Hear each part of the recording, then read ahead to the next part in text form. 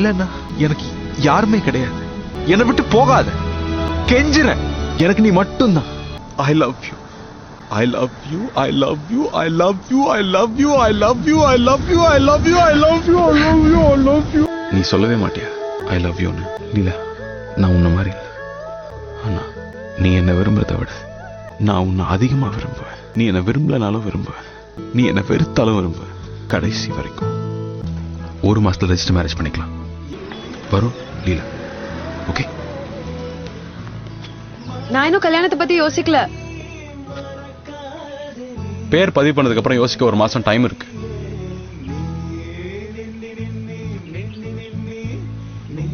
எஸ்னா S, Nona no.